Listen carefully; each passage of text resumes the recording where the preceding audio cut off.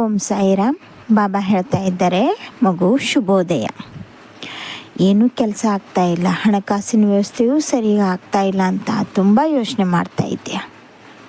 ಎಲ್ಲಿ ಹೋದ್ರೂ ಸಾಡೆ ಸಾತಿನ ಪ್ರಭಾವ ಇದೆ ಅಂತ ಬಾಬಾ ಹೇಳ್ತಾ ಇದ್ದಾರೆ ಅಂತ ತುಂಬ ಚಿಂತೆ ಮಾಡ್ತಾ ಇದ್ದೆ ಕಂದ. ನೋಡು, ಸಾಡೆ ಸಾತಿನ ಶನಿಯ ಪ್ರಭಾವದಿಂದ ಶನಿದೇವನು ಹೋಗುವಾಗ ನಿನಗೆ ಸಾಕಷ್ಟು ಸಂಪತ್ತುಗಳು, ಎಲ್ಲ ರೀತಿಯ ಸಂಪತ್ತುಗಳನ್ನು ಕೊಟ್ಟೇ ಹೋಗುತ್ತಾನೆ, ಹಾಗೆ ಹೋಗೋದಿಲ್ಲ. ಹಾಗಾಗಿ ಹೆದರಬೇಡ. ಆದರೆ ಕೆಲವೊಂದಿಷ್ಟುಗಳನ್ನು ಪ್ರಯತ್ನಪೂರ್ವಕವಾಗಿ ಮಾಡಿದಂಥ ಫಲಗಳಿಗೆ ನೀನು ಅದರದೇ ಆದ ಒಂದು ಕಾರ್ಯಸಿದ್ಧಿಗಳನ್ನು ಮಾಡಿಕೊ. ಆ ಕಾರ್ಯಸಿದ್ಧಿಗಳನ್ನು ಮಾಡ್ಕೊಳ್ತಾ ಬಂದರೆ ಎಷ್ಟೋ ಅಷ್ಟು ನಿನ್ನ ಕೈಯಲ್ಲಿ ಹಣ ನಿಂತೇ ನಿಲ್ಲುತ್ತದೆ. ಒಂದು ಕೆಲಸ ಮಾಡೋಕಂದ, ಜಾಜಿಕಾಯಿ ಗೊತ್ತಲ್ವಾ? 3 ಜಾಜಿಕಾಯಿ ತಗೋ.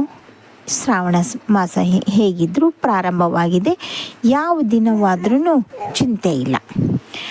3 ಜಾಜಿಕಾಯಿಂದು ರವಿವಾರ ದಿನ ಪೂಜೆ ಮಾಡಲು ದೇವರ ಮನೆಯಲ್ಲಿ ಇಡು, ಅಷ್ಟೇ ಸಾಕು. ಪ್ರತಿದಿನ ನೀನು ಮಾಡುತ್ತಾ ಬಾ. 7 ದಿನ ಆದ ಮೇಲೆ 8ನೇ ದಿನ ಪುನಃ ರವಿವಾರ ದಿನ ಅದನ್ನು ತೆಗೆದುಕೊಂಡು ಬಂದು ನೀನು ಯಾವ ಜಾಗದಲ್ಲಿ ದುಡ್ಡು ಇಡುತ್ತೀಯೋ ಆ ಜಾಗದಲ್ಲಿ ಅದನ್ನು ಇಟ್ಟು ಬಿಡಕ್ಕಂತ ಸಾಕು. ಗೊತ್ತಾಯ್ತಲ್ವಾ? ಈ ನೋಡು ಪರಿಣಾಮ ಹೇಗಿರುತ್ತದೆ ಅಂತ. ಇದು ಒಂದು. ಹಾಗೆಯೇ ಮತ್ತೊಂದು ಹಸಿರು ಕುಂಕುಮ ಅಥವಾ ಕುಬೇರ ಕುಂಕುಮ ಅಂತ ಕರೆಯುತ್ತಾರೆ. ಅದಕ್ಕೆ ತಯಾರಿಸುವಂಥ ವಿಧಾನ: ಬಿಲ್ವಪತ್ರೆ, ತುಳಸಿ ದಳ, ಪಚ್ಚ ಕರ್ಪೂರ, ಜಾವತ್ ಪೌಡ್ರು ಅಂತ ಸಿಗುತ್ತದೆ. ಎಲ್ಲವನ್ನು ಮಿಕ್ಸ್ ಮಾಡಿ ಜೊತೆಗೆ ಹಸುವಿನ ಹಸಿ ಹಾಲನ್ನು ಚೆನ್ನಾಗಿ ಹಾಕಿಕೊಂಡು ನುಣ್ಣಗೆ ರುಬ್ಬಿಕೊಂಡು ಬಟ್ಟೆಯಲ್ಲಿ ಸೋಸಿ ಅದನ್ನು ಒಣಗಿಸಿ ಪುಡಿ ಮಾಡಿ ಇಟ್ಟುಕೊ. ಒಂದು ಒಳ್ಳೆಯ ದಿನದಲ್ಲಿ ಕುಬೇರ ಮಂತ್ರ ನಿನಗೆ ಯಾವ ರೀತಿ ಬರ್ತದೋ ಹಾಗೆ 108 ಕುಬೇರ ಮಂತ್ರ ಹೇಳಿ ಅದಕ್ಕೊಂದು ಶಕ್ತಿ ಕೊಡು.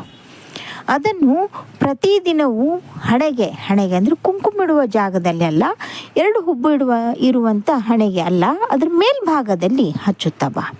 ಜೊತೆಗೆ ಎದೆ ಮಧ್ಯಭಾಗದಲ್ಲಿ. ಹೀಗೆ ಮಾಡೋದ್ರಿಂದ ಜನಾಕರ್ಷಣೆ, ಹಣಾಕರ್ಷಣೆ, ಎಲ್ಲಕ್ಕಿಂತ ಮುಖ್ಯವಾಗಿ ವಿಷ್ಣು ದೇವನಿಗೆ ಪ್ರಿಯವಾಗಿರುವುದು, ಶಿವನಿಗೆ ಪ್ರಿಯವಾಗಿರೋದನ್ನು ಮಾಡುತ್ತಾ ಬಂದರೆ ಅದ್ಭುತವಾದ ಲಾಭಗಳು. ಈ ಹಿಂದೆ ಹೇಗಿದ್ದೆ, ಅಲ್ಲಿವರೆಗೆ ಹೇಗಿದ್ದೆ, ಕುಬೇರ ಕುಂಕುಮ ಹಚ್ಚಿ ಆದ ಮೇಲೆ, ಜಾಜಿಕಾಯಿ ಪ್ರಯೋಗ ಮಾಡಿ ಆದ ಮೇಲೆ ಹೇಗಾದೆ ಎಂಬುದನ್ನು ನೀನೇ ಮನವರಿಕೆ ಮಾಡಿಕೊ. ತುಂಬ ಒಳ್ಳೆಯದಾಗುತ್ತದೆ. ಚಿಕ್ಕ ಚಿಕ್ಕ ಪ್ರಯತ್ನಗಳನ್ನು ಮಾಡಿದಾಗ ಅವು ನಮ್ಮನ್ನು ಕೈ ಹಿಡಿತವೆ ಕಂದ.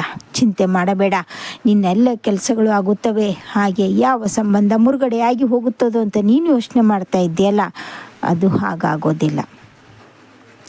ಸಮಯ ತೆಗೆದುಕೊಳ್ಳುತ್ತದೆ. ಸಮಯ ಹೋದ ಹಾಗೆ ಎಲ್ಲವೂ ಸರಿ ಹೋಗುತ್ತದೆ. ಸಮಯಕ್ಕೆ ಸ್ವಲ್ಪ ಸಮಯ ಕಾಲಾವಕಾಶ ಕೊಟ್ಟು ನೋಡು, ಒಳ್ಳೆಯದೇ ಆಗುತ್ತದೆ. ಶುಭ ದಿನ.